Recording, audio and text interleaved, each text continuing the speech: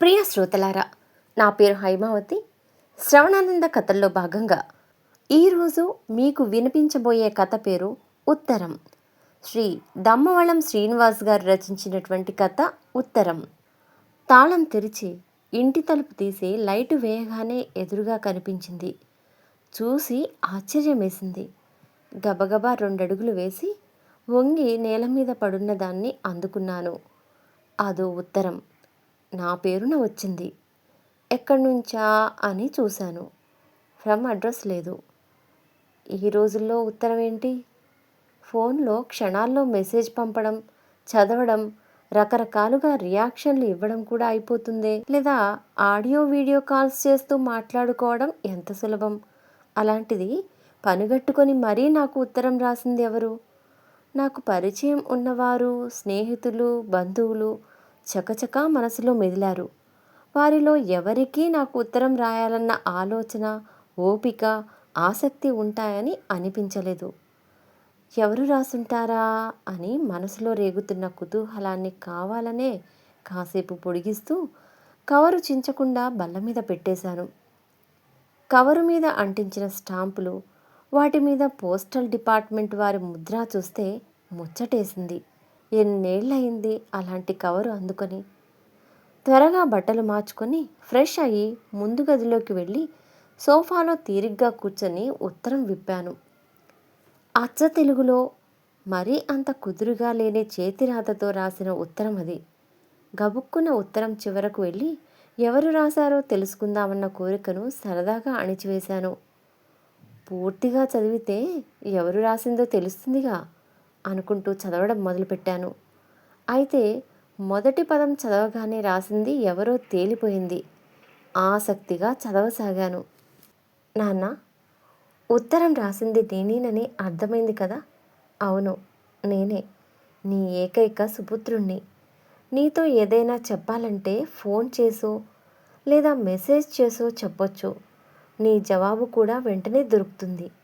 అయితే నా సొంత చేతిరాతతో మనం రోజు మాట్లాడుకునే తెలుగు భాషలో కుడి చేత్తో పెన్ను కుదురుగా పట్టుకొని అక్షర దోషాలు లేకుండా చూసుకుంటూ మనసులోని భావాలను పదాలుగా కూర్చుతూ ఇదంతా నువ్వు చిరునవ్వుతో చదవడం సరదాగా ఊహించుకుంటూ తెల్ల కాగితం మీద ఉత్తరం రాయడం ఖచ్చితంగా వాట్సాప్ మెసేజ్ కన్నా 1000 రెట్లు బాగుంటుందని అంతా ఒప్పుకునే నిజం.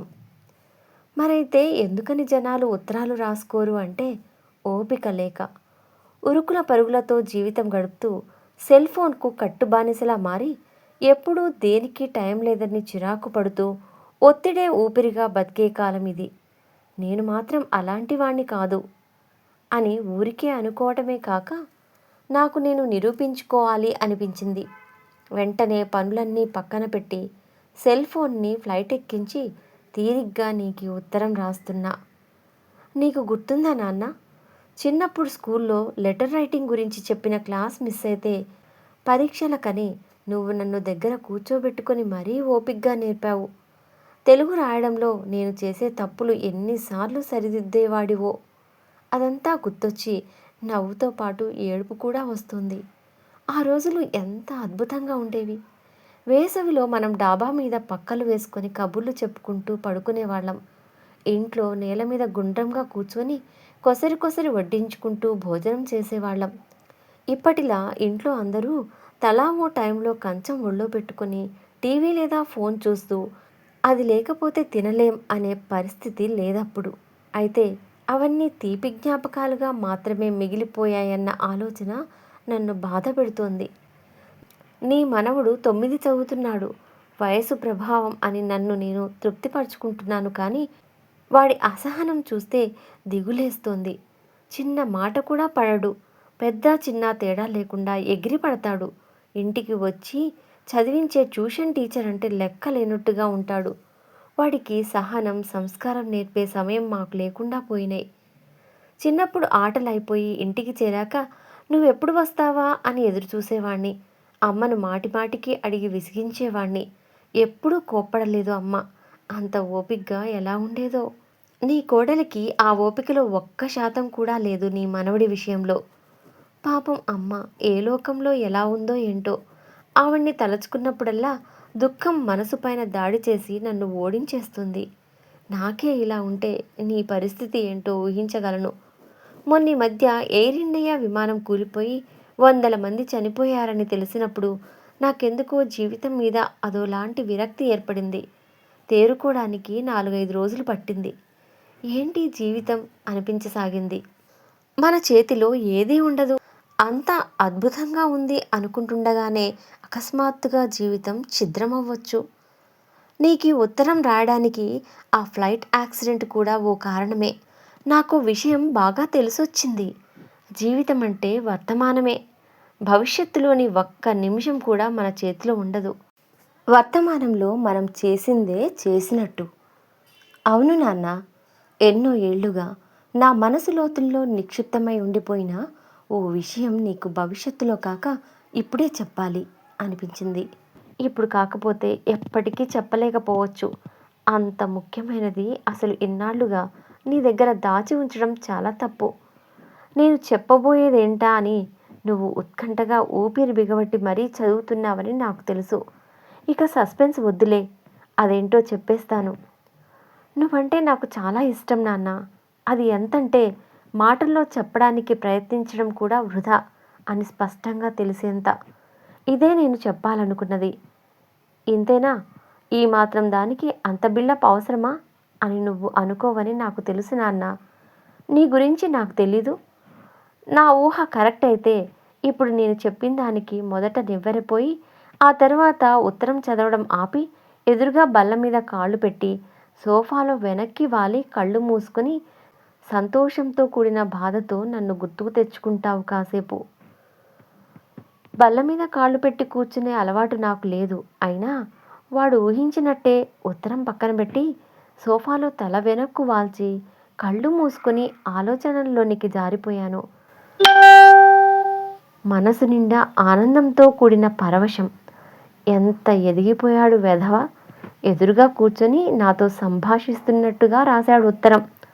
వాడికి నేనంటే ఇష్టమని నాకు బాగా తెలుసు. అయినా కూడా అదే విషయం వాడింత స్పష్టంగా వ్యక్తపరుస్తుంటే ఎంత బావుంది. అందుకేనా ఏ బంధుత్వంలోనైనా కమ్యూనికేషన్ ఎంతో ముఖ్యమని చెప్పేది. అలా కాసేపు మైమరచిపోయి ఉండిపోయాక తడి కళ్ళను తుడుచుకుంటూ ఉత్తరం చదవడం కొనసాగించాను. నేను చెప్పినట్టే చిన్న ఇంటర్వెల్ తర్వాత ఉత్తరం మళ్ళీ చదవడం మొదలుపెట్టావా? Very good. నువ్వు సరిగ్గా పట్టించుకుంటావో లేదో తెలీదు. నా వయసు ఇప్పుడు 45. ఆఫీసులో పని ఒత్తిడి బాగా పెరిగి ఇంట్లో వారి మీద అరవడం, విసుక్కోవడం ఎక్కువైంది. అది తప్పని తెలుస్తూనే ఉంటుంది, కానీ ఏమీ చేయలేకపోవడం కూడా బాగా తెలుస్తోంది. ఆవేశం తగ్గాక వచ్చే సరైన ఆలోచనలు నన్ను అపరాధ భావంతో బాధ పెడుతున్నాయి. ఒక్కోసారి నన్ను ఎవరూ అర్థం చేసుకోరు అని బలంగా అనిపిస్తోంది. 6 నెలల క్రితం నువ్వు ఇక్కడికి వచ్చినప్పుడు కూడా చాలా చిన్న చిన్న విషయాల గురించి నీ మీద అరిచేశాను. ఎంతో నొచ్చుకొని ఉంటావు. నేను చేసింది ముమ్మాటికి తప్పే. అయితే ఒక్క విషయం నాన్న, నేను చూపిన అసహనం, విసుగు వెనకున్న ఏకైక కారణం నీ మీద నాకున్న చనువు. ఆ చనువుకు పునాది నీ మీద నాకున్న స్వచ్ఛమైన ప్రేమ మాత్రమే. నేనెప్పుడైనా నీ మీద విసుగు ప్రదర్శించాను అంటే నీ మీదున్న ప్రేమను ప్రేమగా ప్రకటించాను అని అర్థం. ఇదే సూత్రం మీ కోడలి విషయంలోనూ వర్తిస్తుంది. తనకిదంతా ఎన్నోసార్లు చాలా స్పష్టంగా చెప్పి నన్ను అర్థం చేసుకోమని కోరాను. తన వల్ల కాలేదు. ఇంట్లో వారి మీద నేను చూపే విసుగు కారణం వాళ్ళంటే నాకున్న చులకన భావం అని తప్పుగా అనుకుంటుంది. కానీ నువ్వు మటుకు నన్ను సరిగ్గా అర్థం చేసుకుంటావని నాకు తెలుసు నాన్న. అలా అని నేను చేసింది మంచి పనే అని సమర్థించుకోవడం లేదు. నేను చేసిన తప్పులో కూడా నా ప్రేమ కనబడుతోంది. చూడమని చెప్తున్నాను. అలా చూడగలిగితే ఇంట్లో వారి తప్పుల్ని పట్టించుకోకుండా ఉండటం లేదా క్షమించడం తేలికవుతుంది. నిజానికి నీకు నా మీదున్న అధికారానికి నువ్వు కూడా గొంతు పెంచి నన్ను కోపంగా తిట్టి నేను చేసేది తప్పు అని అప్పటికప్పుడు చెప్పి ఉండొచ్చు. అలా జరిగి ఉంటే నాకు చాలా సంతోషంగా ఉండేదేమో. నా విసుగును నువ్వు మౌనంగా భరించడమే నాకు భరించలేనిదిగా తయారైంది. సరే, ఇంతకీ ఈ ఉత్తరం ఇదంతా చెబుతున్నది ఎందుకనుకున్నావు? నిన్నో కోరిక కోరడానికి. నువ్వు కాదంటావన్న అభిప్రాయంతోనే ఇంత వివరమైన ఉపోద్ఘాతం రాయాల్సి వచ్చింది. ఏమిటా కోరిక అని నువ్వు ఆశ్చర్యంలోంచి తేరుకునే లోపే చెప్పేస్తాను. నువ్వా ఊరొదిలి మా దగ్గరే ఉండిపోవడానికి వచ్చే నాన్న. ఇదే నా కోరిక. నేనిక్కడ సిటీలో ఉండాల్సిన ఆర్థిక అవసరం మనకు లేకపోతే ఏది ఏమైనా సరే మేమంతా అక్కడికే వచ్చి నీతోనే ఉండిపోయేవాళ్ళం. నీకెన్నోసార్లు చెప్పాను ఈ విషయం. మనమంతా కలిసి ఒకే చోట ఒకే ఇంట్లో ఉంటే ఎంత బావుంటుంది అన్న ఊహకే నా మనసు పులకరిస్తోంది. నీకు అక్కడే బావుంటుంది అని నాకు తెలుసు. కానీ అందుకు గల కారణాలే నాకు కొరుకుడు పడవు. నీకు నచ్చేది అక్కడి ఇల్లు, స్నేహితులు, వాతావరణం కావచ్చు. అయితే అవి మన ఆప్యాయత, అనుబంధం కన్నా ఎక్కువ. మనం ఒకరినొకరు కనిపెట్టుకుని ఉంటూ సరదాగా, ప్రేమగా గడిపే జీవితం కన్నా నీకవి ఎక్కువ నాన్న. మీ పనుల్లో మీరుంటే అక్కడ నాకేమి తోస్తుంది అంటావా? మనం ప్రతిరోజు తీరిగ్గా కూర్చొని కబుర్లు చెప్పుకోనవసరం లేదు. స్వచ్ఛమైన ఆత్మీయతతో కూడిన కుటుంబ సభ్యుల ఉనికి మనకు చాలదు? మాట్లాడుకుంటేనే పట్టించుకుంటున్నట్టా? కాదు కదా. అమ్మ జీవించి ఉండగా విషయం వేరు. అప్పుడు మీ ఇద్దరూ ఒకరికొకరు తోడున్నారన్న తృప్తి నాకుండేది. ఇప్పుడు నువ్వలా ఒంటరిగా మాకు దూరంగా ఉండటం సరికాదు. ఇక్కడకు వచ్చేసి 2-3 నెలలకోసారి అక్కడికి వెళ్ళి స్నేహితులను కలిసి కొద్ది రోజులు గడిపి రావచ్చు. అక్కడ మన ఇల్లు ఎవరికీ ఇవ్వకుండా నీకోసమే ఉంచేద్దాం. ఇక్కడ మన ఇంట్లో నీకు గది కేటాయిస్తామని చెప్పాను కదా. ఇక్కడే ఉండి చక్కటి ఆరోగ్యవంతమైన దినచర్య అలవాటు చేసుకో. ఉదయాన్నే మేమంతా వాకింగ్కి వెళ్తాం ఫోన్ తీసుకెళ్లకుండా. నువ్వు కూడా మాతో పాటు వస్తే ఎంత బావుంటుంది. ఆలోచించు. ఇంట్లో వారితో సరదాగా నడుస్తూ, ఫోన్ కాల్స్, మెసేజ్లకు దూరంగా కబుర్లు చెప్పుకుంటూ ఒకరితో ఒకరు నడవటంలో పోటీ పడుతూ, నగరంలోని వేకువజాము అందాలను వీక్షిస్తూ ఇంతకు మించిన ఆనందం ఇంకేమైనా ఉంటుందా అని ఆలోచించడం కూడా అవసరం కదూ. సొంత ఊళ్ళోనే ఉండగలగడం నిజంగా అదృష్టమే. కాదని ఎవరూ అనరు. అలాంటి అదృష్టం నువ్వు ఎన్నో ఏళ్ళు అనుభవించావు. ఇక ఇప్పుడు మాతో ఉండిపో నాన్న. ఎందుకంటే సొంత ఊళ్ళో ఉండటం కన్నా తల్లిదండ్రులతో కలిసి ఉండటమే నిజమైన అదృష్టం. అలాంటి అదృష్టాన్ని నువ్వు మాకు ఇక మీదటనైనా కలిగించవు. గతంలోలా నేల మీద హాయిగా బాసింపట్టు వేసుకొని కూర్చోవడం కుదరకపోయినా డైనింగ్ టేబుల్ మీద ఫోన్, టీవీలకు దూరంగా కబుర్లు చెప్పుకుంటూ నీతో కలిసి భోజనం చేయాలని ఉంది ప్రతిరోజు. నీ మనవణ్ణి నువ్వు తేలిగ్గా దారిలో పెట్టగలవు. చిన్నప్పుడు నాకు నేర్పినట్టే వాడికి కూడా మంచి బుద్ధులు నేర్పి సరైన మార్గం చూపవా నాన్న. ఈ విషయంలో నువ్వు కాక నాకింకెవరైనా సాయపడగలరా?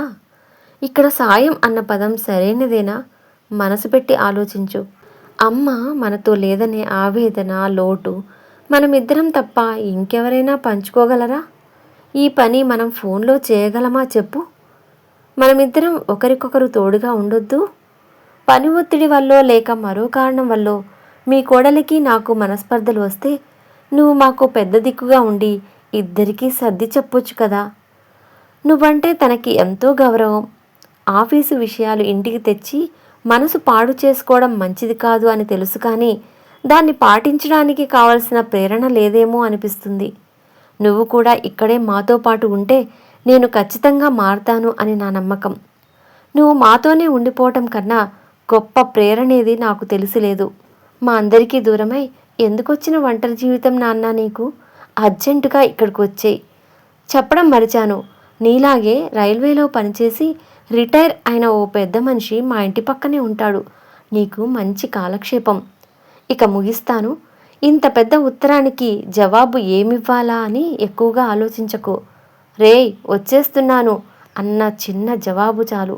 ఇది తప్ప ఇంకేది రాసినా చెప్పినా నీకు ఇంకో ఉత్తరం రాయాల్సి ఉంటుంది. జాగ్రత్త. ఉంటాను మరి. గోపి.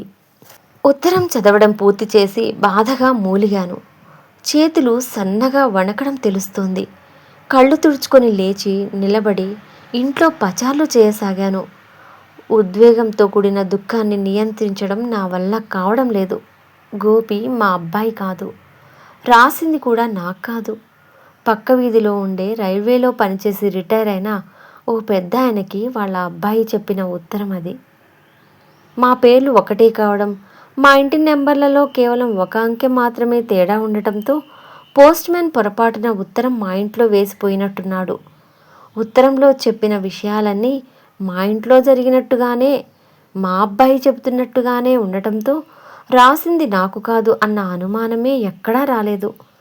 చివర్లో రైల్వే ఉద్యోగం అన్నప్పుడే అర్థమైంది అది ఏ అడ్రస్కు వెళ్లాల్సిన ఉత్తరమో. నా దుఃఖానికి కారణం ఉత్తరం నాకు రాలేదని కాదు. ఉత్తరం చదవాల్సిన పెద్ద ఆయన 2 రోజుల క్రితమే గుండె నొప్పితో పోయాడు. ఉత్తరం చదవకుండానే. స్నేహితుడి కొడుకు పెళ్లికని వెళ్ళిన నేను 4 రోజులుగా ఇంట్లో లేకపోవడంతో ఉత్తరం నా చేతికి అందడం ఆలస్యమైంది. అంతలోనే ఎంత పని జరిగింది. ఆలోచనల్లో దుఃఖంలో మునిగిపోయి తేరుకోవడానికి చాలా సమయమే పట్టింది.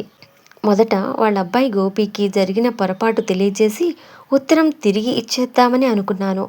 అలా చేస్తే తను రాసింది తండ్రి చదవలేదని అతడికి రూఢిగా తెలిసిపోతుంది. తండ్రి తన ఉత్తరం చదివాకే పోయాడేమో అని అతడు ఏ కోశాన్నైనా అనుకుంటూ తృప్తి పడుతున్నాడేమో. నేనెందుకో అతడికి తృప్తి లేకుండా చేయాలి.